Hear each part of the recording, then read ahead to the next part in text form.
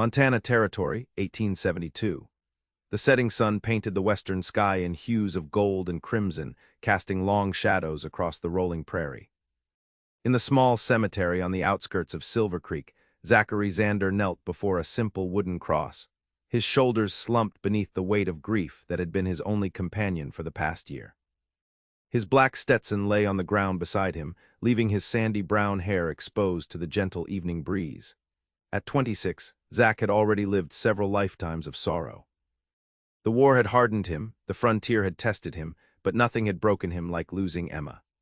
Tuberculosis had stolen her just months after their wedding, leaving him with nothing but a small ranch, crushing debt, and the bitter conviction that love was a fool's gamble in a merciless land. "I brought wild flowers," he whispered, placing a small bouquet of prairie blooms against the cross.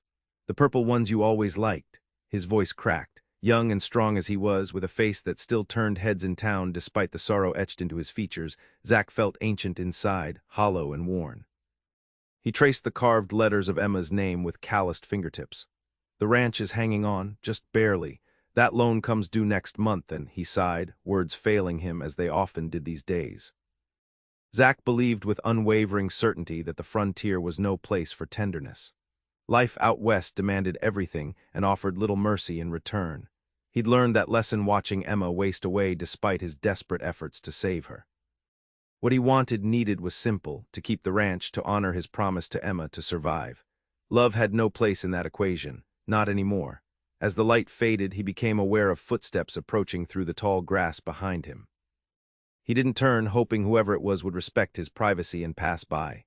"I'm sorry to intrude," came a soft, feminine voice. Zach straightened his back but remained kneeling. "Evening, miss," he replied without turning. "I'll be on my way shortly." "Please don't leave on my account." The woman moved closer, stopping a respectful distance away. "I just wanted to make sure you were all right. You've been here since I passed by earlier this afternoon." Something in her tone, concern without pity, made Zach finally look over his shoulder. Standing a few paces behind him was a young woman he recognized from town but hadn't properly met. Her honey-blonde hair was tied back in a simple braid, and her blue calico dress, though modest, couldn't hide her graceful figure. But it was her eyes that caught his attention, kind but direct, with none of the uncomfortable awkwardness people usually displayed around grief. "I'm Sophia Reed," she said, meeting his gaze steadily. "I run the millinery shop in town." "Zachary Xander," he replied, rising to his feet and dusting off his worn denim pants. "Though folks just call me Zach." He picked up his hat but didn't put it on, holding it against his chest instead. Up close, Sophia looked younger than he'd first thought, perhaps 20 or 21, pretty in an uncomplicated way, with freckles scattered across her nose and cheeks.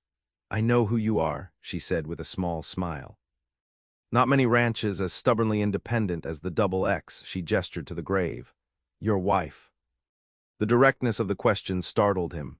"Yes, Emma," he hesitated. "A year ago today." Sophia nodded, then surprised him by crouching down to straighten the wildflowers he'd placed. "These are lovely. I'm sure she would have appreciated them." "How would you know?" The words came out harsher than he intended. If his tone bothered her, she didn't show it. Instead, she stood and looked him straight in the eye. "Because anyone would appreciate being remembered with such care." The simple statement struck Zach like a physical blow. In that moment something shifted, not healing exactly, but a crack in the shell he'd built around himself. "I lost my parents 2 years ago," Sophia continued, looking out across the cemetery. "Wagon accident crossing the Powder River. I know it's not the same as losing a spouse, but I understand how grief can make you feel like you're drowning even when you're standing on solid ground." The comparison was unexpected, and Zach found himself studying her more carefully. At 21, Sophia Reed was alone in the world, running a business by herself in a frontier town, yet there was a steadiness to her that contradicted her youth. "I should get back to my ranch," he said finally, settling his hat on his head. "Of course," she stepped aside, "but Mr. Xander," her voice stopped him as he turned to leave. "If you ever want company while visiting her, I come here every Sunday after church to visit my parents. Grief shared is sometimes easier to bear." Zach nodded curtly and walked away, telling himself he would never take her up on that offer. The last thing he needed was someone else to care about in a land that took everything you loved. The following week brought disaster. A sudden spring storm flooded the creek that bordered Zach's property, washing away part of his eastern fence line. 4 of his best breeding cattle were lost, and the resulting damage stretched his already limited resources to the breaking point. With the loan payment due in 3 weeks and his herd diminished, Zach faced the very real possibility of losing everything. Saturday morning found him in town, hat in hand at the bank, facing Harrison Whitcomb's impassive stare across a polished desk. "I understand your situation, Xander, but the bank can't extend any more credit. Your mortgage is already in arrears." The banker adjusted his spectacles. "Unless you can make the payment in full by the 15th, I'll have no choice but to begin foreclosure proceedings." 3 weeks, Zach said, his voice steady despite the desperation clawing at him. "Give me 3 more weeks. I can bring some cattle to market in Billings." "The terms were clear when you took the loan after your wife's passing." Whitcomb's voice held no malice, just cold business. "I'm sorry for your troubles, but this is the frontier. The unprepared don't survive." Zach left the bank with his pride intact but his hopes shattered. On the boardwalk outside, he nearly collided with Sophia Reed as she exited the general store, a package tucked under her arm. "Mr. Xander," she said, her smile fading as she noted his expression, "is everything all right?" "Miss Reed," he touched the brim of his hat, stepping aside to let her pass. "Just business matters." She studied him with those direct eyes of hers. "Difficult business from the look of it." She glanced toward the bank, then back to him. "Have you had breakfast?" "The cafe serves decent flapjacks on Saturdays." The invitation caught him off guard. "I appreciate the offer, but I should be getting back to my ranch." "To do what? Worry alone instead of worrying with coffee?" Her forthrightness startled a laugh from him, the first genuine laugh in longer than he could remember. "You're a very direct woman, Miss Reed." "Life's too short for anything else," she replied with a shrug, "especially out here." Against his better judgment, Zach found himself sitting across from Sophia in the town's small cafe, a stack of flapjacks and a cup of steaming coffee before him. He hadn't meant to tell her about his financial troubles, but something about her steady gaze and practical questions drew the story out of him. "So the loan comes due in 3 weeks, and you're 4 cattle short of making the payment," she summarized when he finished. He nodded, surprised by how clearly she grasped the situation. "Without those breeding cows, I can't maintain the herd size I need for next year. Even if I sell what I have, I'd be left with nothing to rebuild from." Sophia sipped her coffee thoughtfully. "Have you considered taking on a partner?" "No one in their right mind would partner with a failing ranch," Zach said, more bitterness in his tone than he intended. "I might," she set her cup down and met his startled expression with calm certainty. "I have some savings from my parents' estate, not a fortune, but enough to cover your immediate needs. In return, I'd want a percentage of the ranch." "Why would you do that?" Suspicion edged his voice. "You don't know me, you don't know ranching." "I know business," she countered, "and I know that diversifying investments is wise. My millinery shop does well, but I need something more substantial for the future." She leaned forward. "Besides, I've been watching you, Mr. Xander. You work harder than any 3 men combined, and you're honest. Those are rare qualities worth investing in." The offer was so unexpected that Zach didn't know how to respond. Everything in him resisted the idea of accepting help, especially from a young woman he barely knew. And yet the alternative was losing everything. "I'll think about it," he said finally. Sophia nodded, seeming neither disappointed nor surprised by his non-commitment. "The offer stands until next Saturday. After that, my money goes into expanding my shop." She rose from the table. "Thank you for the company, Mr. Xander. It was a pleasant change from eating alone." As she turned to leave, Zach found himself calling after her. "Sunday," he said.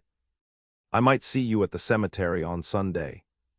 Her smile in response was warm enough to thaw something long frozen inside him. Sunday afternoon found Zach at the cemetery earlier than he'd planned. He told himself he was there for Emma, but his eyes kept straying to the path from town.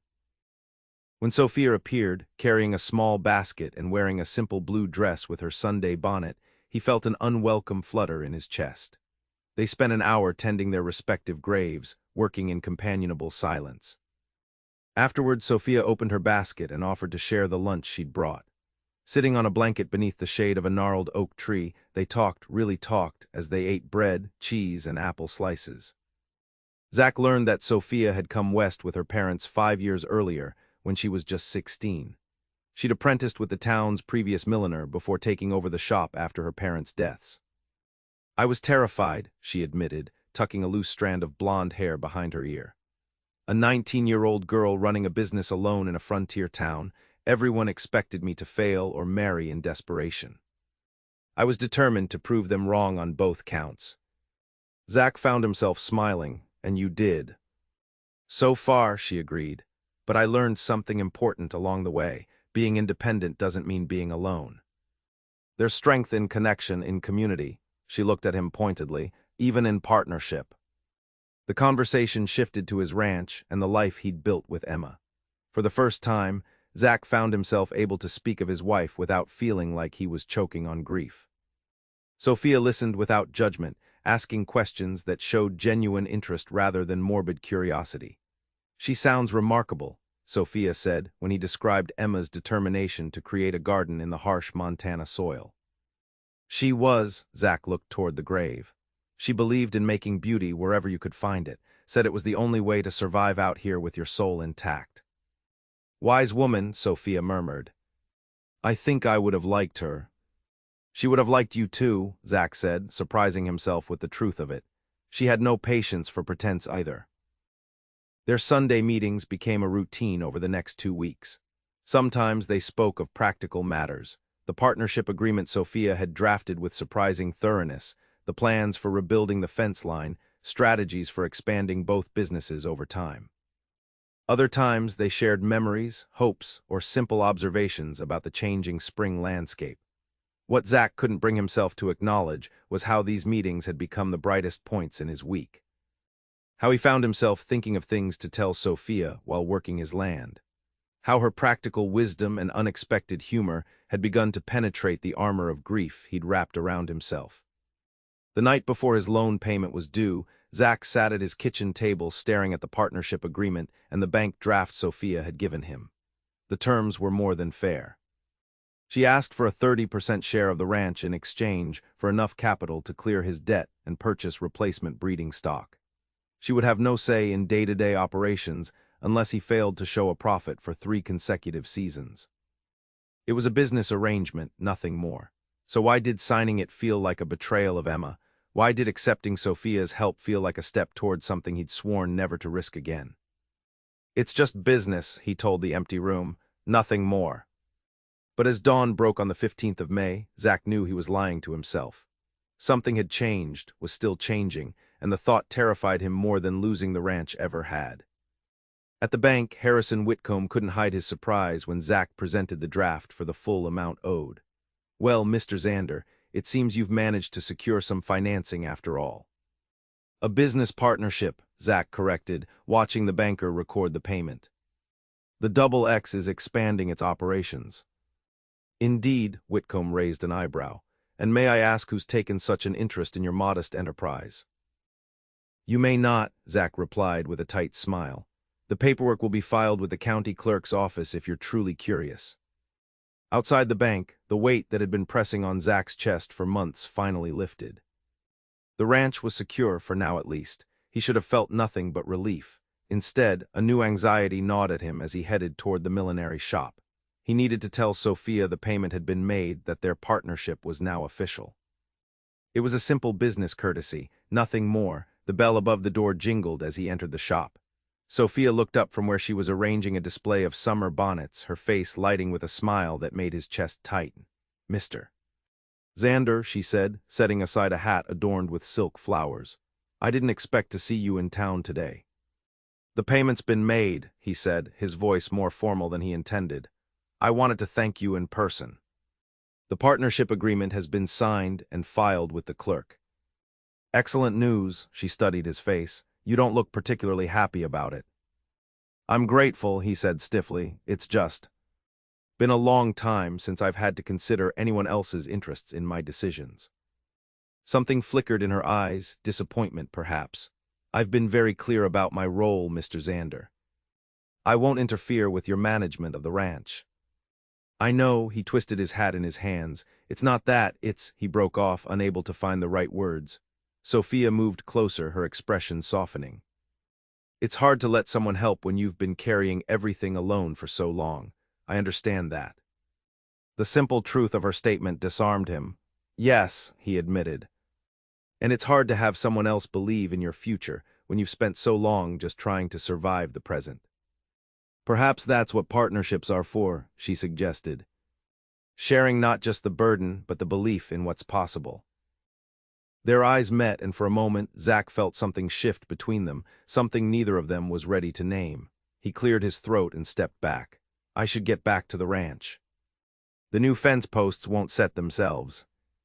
Of course, she smiled, though it didn't quite reach her eyes. Will I see you on Sunday? I'll be there, he promised, and was surprised to realize how much he meant it.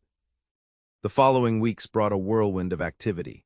With Sophia's investment, Zach purchased replacement cattle and hired 2 hands to help with the expanded operation. The ranch began to flourish under their combined efforts, with Sophia proving to have a keen mind for the business aspects that Zach had always neglected. Their Sunday meetings continued, though they now spoke as often about the future as the past. Occasionally, Sophia would ride out to the ranch, bringing account books and marketing plans along with home-baked bread or fresh preserves. Each visit left the cabin feeling strangely empty when she departed. Zach told himself it was just the comfort of friendship after so long alone. He ignored the way his heart quickened when she arrived, the way he found himself watching her as she moved about his home with increasing familiarity. He was a widower still raw with grief, and she was his business partner. Nothing more could come of their association. But on a warm June evening, as they sat on his porch watching the sunset paint the distant mountains, something changed. Sophia had arrived that afternoon with news that she'd arranged a better price for their cattle with a buyer in Helena. They'd celebrated with a dinner Zach had prepared, and now comfortable silence stretched between them as twilight descended. Emma and I used to sit just like this, Zach said suddenly, watching the day end, planning for tomorrow. Sophia turned to look at him, her expression careful. Do you regret it, coming west with her, knowing what would happen? The question pierced him. I used to, he admitted.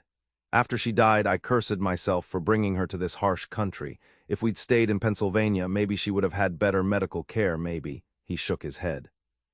But lately I've been thinking that what we had, however brief, was worth the pain that followed. She lived fully while she was here. She loved this land almost as much as she loved me.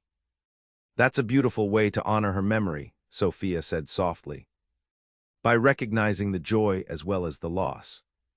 I think that's what she would have wanted. Zach looked at Sophia directly. She wouldn't have wanted me to wall myself off forever. The words hung between them, charged with meaning neither was ready to acknowledge fully. Sophia's cheeks flushed slightly in the fading light. I should head back to town before it gets too dark, she said, rising from her chair. Zach stood as well. I'll saddle your horse. As they walked to the barn together, their hands brushed accidentally. The brief contact sent a jolt through Zach that both alarmed and exhilarated him. He stepped away quickly, focusing on the practical task of preparing her mount. When Sophia was ready to depart, she hesitated, one foot in the stirrup. Zach, she said, using his first name for the first time. I want you to know that she stopped, seeming to reconsider her words. I value our partnership in all its forms. Before he could respond, she swung into the saddle and rode off, leaving him standing in the yard with unspoken words burning in his throat. The next morning brought unexpected trouble. Zach was checking the northern pasture when he encountered 3 riders cutting across his land. He recognized them immediately, the Fletcher brothers, notorious troublemakers who'd been pushing the boundaries of local ranchers for months. You're trespassing, Zach called, riding toward them. This is Double X land. The oldest Fletcher, a hard-faced man named Curtis, sneered. Heard you took on a partner, Xander. A female partner. Must be desperate to keep this worthless spread. Zach's hand instinctively moved closer to his holstered revolver. My business arrangements are none of your concern. Now move along. Thing is, Curtis continued as if Zach hadn't spoken, we've been thinking this valley would make a fine addition to our holdings. Especially now that old man Johnson sold out to us last month. The news hit Zach like a physical blow. Johnson's ranch bordered his to the north. If the Fletchers now controlled that land, they could potentially dam the creek that watered his best grazing land. Johnson would never sell to you, Zach said, though uncertainty crept into his voice. Everyone has their price, Curtis replied with an ugly smile, just like your pretty partner will have hers when she realizes what a mistake she made throwing in with you. Rage flared hot in Zach's chest. Get off my land, he said, his voice dangerously quiet, and keep Sophia's name out of your mouth. The Fletchers laughed, but they turned their horses. As they rode away, the youngest brother called back, "Better watch that fence line, Xander. Terrible things happen to cattle that wander." The threat was clear, and Zach spent the rest of the day riding his boundaries, checking for signs of tampering. By the time he returned to the ranch house, night had fallen and worry had settled deep in his bones. If the Fletchers truly owned Johnson's land, they could make good on their threat to cut off his water access. The Double X would be worthless within a season. He needed to warn Sophia. The investment she'd made so confidently might now be in jeopardy. The thought of disappointing her, of failing after she'd placed her trust in him, was almost as painful as the prospect of losing the ranch itself. The next morning, Zach rode into town with grim determination. He went straight to the county clerk's office to confirm the Fletchers' claim about purchasing Johnson's property. To his dismay, the records showed a transfer of deed just 2 weeks earlier. His next stop was Sophia's shop. He found her assisting a customer, her smile professional and warm as she adjusted a hat on an older woman's gray hair. She spotted him through the window and held up a finger to indicate she'd be a few minutes. Zach waited outside, rehearsing what he would say. How could he explain that her investment was now threatened by neighbors who seemed intent on driving him out? Would she regret her decision to partner with him? When Sophia emerged from the shop, her smile faded as she noted his expression. "What's happened?" He explained the situation as concisely as possible, watching her face carefully for signs of panic or accusation. To his surprise, her expression remained thoughtful rather than alarmed. "Let me understand correctly," she said when he finished. "The Fletchers now own the property to our north, which controls access to our main water source." The casual use of "our" wasn't lost on Zach. "Yes, and they've made it clear they intend to use that leverage." "Then we need to secure an alternative water source," she said matter-of-factly, "or legal protection for our existing access." Her calm pragmatism caught him off guard. "You're not worried." "Of course I'm worried," she replied, "but problems have solutions, Zach. This isn't the first challenge the Double X has faced, nor will it be the last." She touched his arm lightly. "We'll figure this out together." The simple gesture and the resolute "we" eased something tight in his chest. For the first time in longer than he could remember, Zach didn't feel alone in his struggles. The realization was both comforting and terrifying. "I know a lawyer in Helena who specializes in water rights," Sophia continued, her mind clearly working through the problem. "I'll write to him today. In the meantime, we should increase patrols along the fence line and perhaps speak with Sheriff Davis about the Fletchers' threats." Zach nodded, a plan beginning to form. "Johnson's foreman Matthews might be willing to stay on and work for us. He knows that land better than anyone and would be invaluable if we can eventually purchase it back." "Excellent thinking," Sophia agreed. "Why don't we discuss this further over dinner? I can close the shop early." The casual invitation shouldn't have made his heart race, but it did. "I'd like that," he said simply. That evening, over a meal at the town's small restaurant, they developed a strategy for dealing with the Fletchers. Sophia's business acumen complemented Zach's practical knowledge of ranching, and together they crafted an approach that might just save the Double X as they walked back toward Sophia's small house behind her shop. The setting sun bathed the town in golden light. Zach found himself studying Sophia's profile, the determined set of her jaw, the intelligence in her eyes, the quiet strength that seemed to radiate from her slender frame. In that moment, he realized with startling clarity that his feelings for her had grown far beyond partnership or friendship. The recognition terrified him. Loving Emma had nearly destroyed him when he lost her. Loving Sophia would mean opening himself to that possibility again. And yet, watching her now as she spoke animatedly about their plans, he knew it might already be too late to protect his heart. "Zach," Sophia's voice pulled him from his thoughts. "Did you hear what I said?" "Sorry," he mumbled, embarrassed to be caught staring. I was just thinking. Her expression softened. You looked 1,000 miles away. Not miles, he said quietly. Just years, remembering things I thought I'd put behind me. They had reached her door and Sophia turned to face him fully.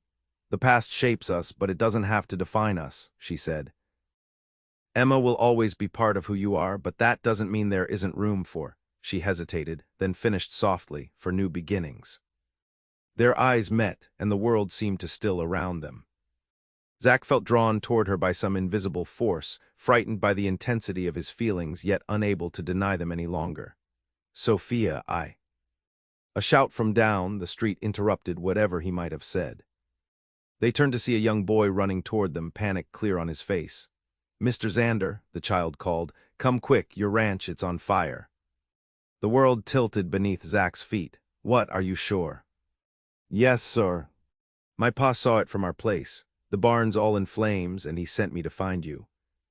Without hesitation, Sophia grabbed Zach's arm. Go, I'll follow with the sheriff and as many men as I can gather. Zach hesitated only long enough to squeeze her hand in silent gratitude before racing toward the livery where his horse was stabled. As he galloped out of town, he could see the distant glow on the horizon that confirmed his worst fears. The double X was burning. He pushed his horse to its limits, covering the 3 miles to the ranch in record time. As he crested the final rise, the scene below stole his breath. The barn was fully engulfed, flames reaching toward the night sky. His 2 ranch hands were frantically working to control the fire, but it was clearly a losing battle. Worse, Zach could see several riders circling the far pasture, driving his cattle toward a break in the fence line. Even at a distance, he recognized the Fletchers' distinctive hats. Rage and desperation warred within him as he spurred his horse down the slope. He had to make a choice, try to save what remained of the barn and its valuable contents, or pursue the rustlers who were stealing his livelihood right before his eyes. The decision was made for him when a shot rang out, kicking up dirt near his horse's hooves. One of the Fletchers had spotted him and was firing warning shots. Zach pulled his own revolver and returned fire, aiming high to drive them back rather than to hit them. For several chaotic minutes, Zach found himself in a running gunfight, trying to prevent the rustlers from driving his cattle through the gap in the fence while staying out of their line of fire. He was outnumbered and outpositioned, and the situation grew increasingly desperate. Then, just as Zach found himself pinned down behind a boulder with bullets striking all around him, new riders appeared from the direction of town. Sheriff Davis led the group, with at least a dozen armed townsmen behind him. And among them, to Zach's horror and admiration, rode Sophia, her blonde hair flying behind her as she urged her horse forward. The Fletchers, seeing themselves suddenly outnumbered, broke off their attack and fled into the darkness, abandoning the stolen cattle. As the sheriff and several men gave chase, Zach emerged from his cover and ran toward the barn, where the fire was finally being brought under control. Sophia dismounted nearby, her face smudged with soot but her eyes bright with relief at seeing him unharmed. The sheriff will catch them, she said, moving to his side. How bad is the damage? Zach surveyed the smoking ruins of his barn. Bad enough, feed tack tools all gone, but the house is intact and we saved most of the cattle. He turned to look at her, suddenly struck by her presence in the midst of this chaos. You shouldn't have come. It was dangerous. Of course I came, she replied with a hint of exasperation. This is my ranch too, remember. Something in her fierce declaration broke through the last of Zach's defenses. Without thinking, he pulled her into his arms, holding her tightly against his chest as the reality of what had nearly happened, what he might have lost, washed over him. I could have lost you, he murmured into her hair. If anything had happened to you. Sophia pulled back just enough to look up at him, her eyes searching his face. Nothing happened to me, I'm right here. She reached up to touch his cheek. We're both right here. In that moment, with his ranch smoldering around them and the future uncertain, Zach finally admitted the truth he'd been fighting for weeks. He loved her, this remarkable, brave woman who had brought light back into his life when he'd thought darkness was all that remained for him. Sophia, he began, his voice rough with emotion. I never expected. She silenced him by rising on her toes and pressing her lips gently to his. The kiss was brief but unmistakable in its meaning, and when she pulled away, her eyes held both certainty and question. I know, she whispered, neither did I. Before Zach could respond, Sheriff Davis returned with his posse and two of the Fletcher brothers in custody. The moment between them had to be set aside as the practical matters of securing statements, assessing damages, and ensuring the remaining cattle were safe took precedence. It was near dawn by the time the sheriff departed with his prisoners, and the last of the townspeople headed home, leaving Zach, Sophia, and the two ranch hands to face the aftermath alone. The barn was a total loss, but the house and most of the outbuildings had been spared. A significant portion of the herd had been recovered, though some cattle were still missing.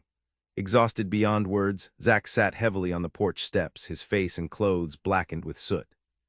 Sophia joined him, her own weariness evident in the slump of her shoulders. "What now?" she asked quietly.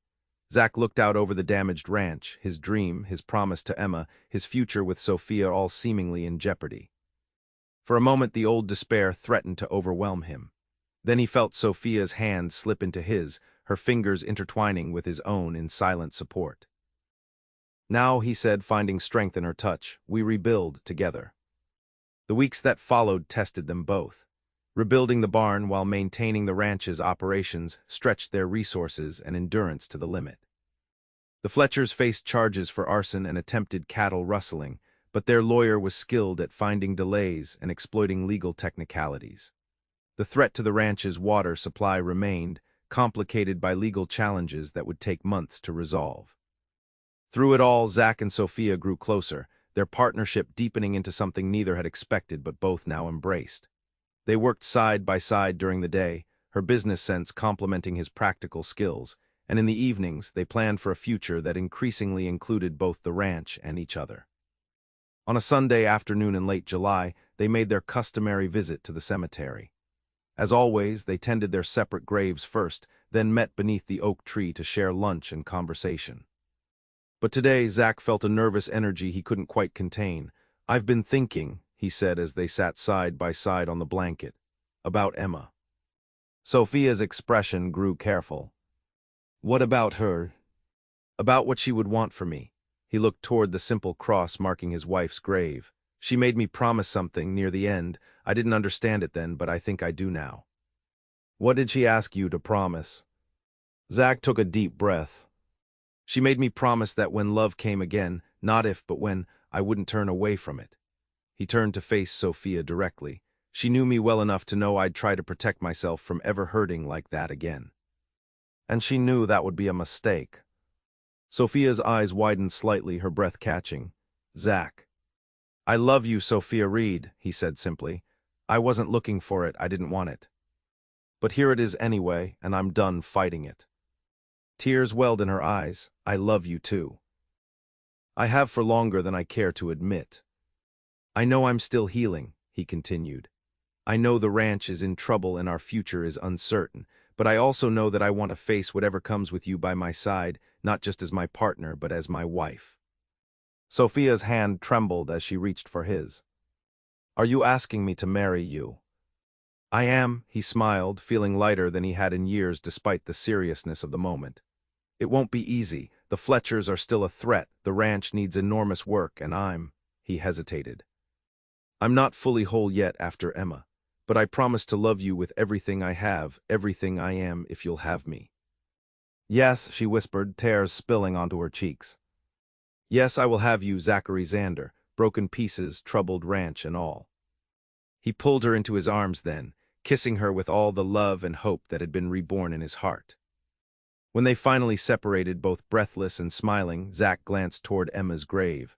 "I think she would approve," he said softly. Sophia followed his gaze. "I think she would too, and I promise to honor her memory, Zach. She'll always be part of who you are, part of what made you the man I love." In that moment, with the summer sun warm on their faces and the promise of a future together before them, Zach finally understood what Emma had tried to tell him. Love wasn't safe, not out here, not anywhere. But it was worth the risk, worth the potential for heartbreak, because without it, survival alone was not truly living. 2 months later, with the first hints of autumn coloring the Montana landscape, Zach and Sophia were married in a simple ceremony at the town church. The Double X had begun to recover from the Fletcher brothers' attack, with a new barn rising from the ashes of the old one and the herd slowly being rebuilt. The legal battle over water rights continued, but their lawyer had secured a temporary injunction that protected their access for the coming year. As they spoke their vows before friends and neighbors, Zach felt a sense of completion he had thought forever beyond his reach. He had loved deeply and lost profoundly, had known joy and devastating grief. Now he was beginning again, older and wiser perhaps, but with a heart no less capable of love. After the ceremony, before joining their guests for the celebration, Zach and Sophia made a brief, private visit to the cemetery. They stood hand in hand before Emma's grave, now adorned with fresh wildflowers. "I kept my promise," Zach said softly. "It wasn't easy, but I kept it." Sophia squeezed his hand. "And I make my own promise to you, Emma," she said. "I'll love him well, I'll help him build the dream you shared. And I'll make sure he never forgets how to find beauty in this harsh land." As they turned to leave, Zach felt a sense of peace settle over him. The frontier remained as challenging and unforgiving as ever, but he no longer faced it alone. With Sophia beside him, the Double X would not just survive but thrive. Together, they would build a home, a family, and a legacy that honored the past while embracing the future. The sun was setting as they rode back to the ranch that evening, painting the sky in the same gold and crimson hues that had colored it the day Sophia first found him kneeling at Emma's grave. But now, instead of shadows and solitude waiting at the end of the trail, there was light and companionship, a love born of shared struggle and mutual respect, strong enough to weather whatever the frontier might bring. As they crossed onto Double X land, Zach reached across to take Sophia's hand. "Welcome home, Mrs. Xander." Her smile, radiant in the fading light, was all the answer he needed.